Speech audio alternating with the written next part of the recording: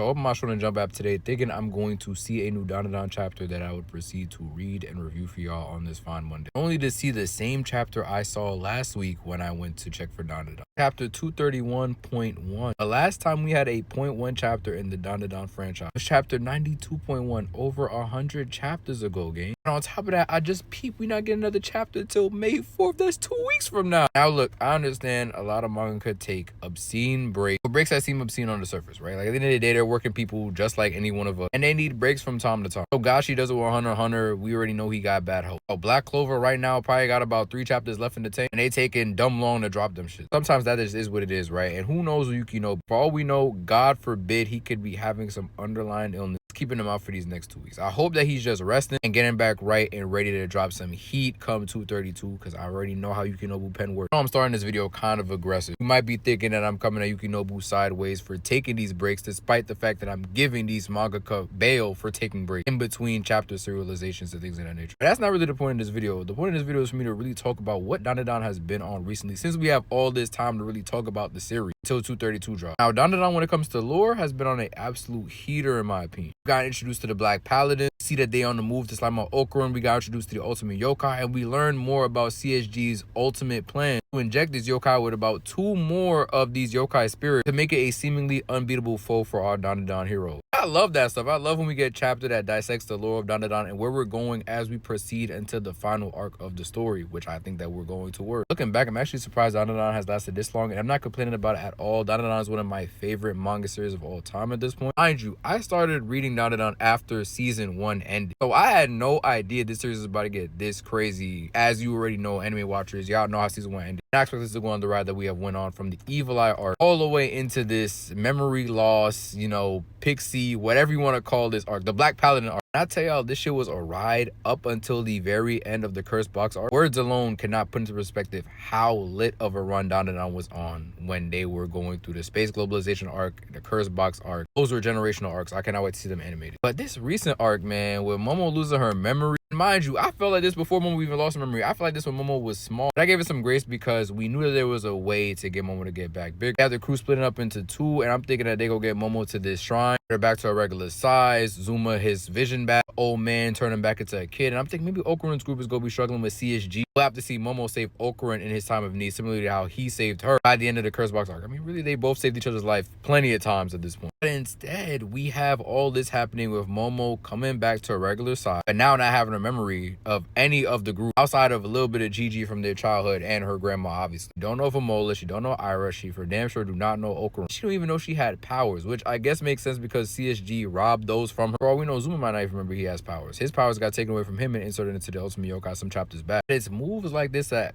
make me question Yukinobu low-key, because why do we have to go through all of this? Not only do we have the small plot for Momo, but then Momo gets bigger and she has no memory now. Who does that benefit in the long run? And I'm not even just talking about the viewer and myself, but you got these characters in Ira and Gigi, who I both love, believing that either one of them have a shot at Okurin or Momo respectively. And we already know how this is gonna end. You know that at some point Momo's gonna get her memory back, Okurin's likely gonna get hold, she's gonna save him, also get his powers back, they'll be able to save the day. By the end, he might end up giving his powers back to Turbo Grand and cue the end of the story. Now, I don't know if things is gonna go exactly like that. I think Yukinobu's pen is a lot better than the shit that I was just saying just now. But regardless, the end all be all is that Okurin and Momo are for sure gonna be together by the end of the series. Like, that's not even a question. So why are we even entertaining Okurin being with Ira and Gigi getting with Momo? At this stage in the game, we need to be developing Kinta and Vamola, if we be honest, and they're not even getting focused on this arc. There's another side plot that I'm just like, why is Kinta getting baited by this barber and later Vamola? Like, what is happening here? Is there no other plot that we could have inserted in here before the Black Paladins finally struck at the DanDaDan crew? I know I'm questioning Yukinobu's pen right now. I don't like doing that, because a lot of times when I do it, he comes back and he cooks the next couple of chapters. So low-key, I'm challenging bro to do just that, because it's not just me that feels this way. I've seen a lot of the fan base share similar feelings as me towards this whole memory loss angle, the whole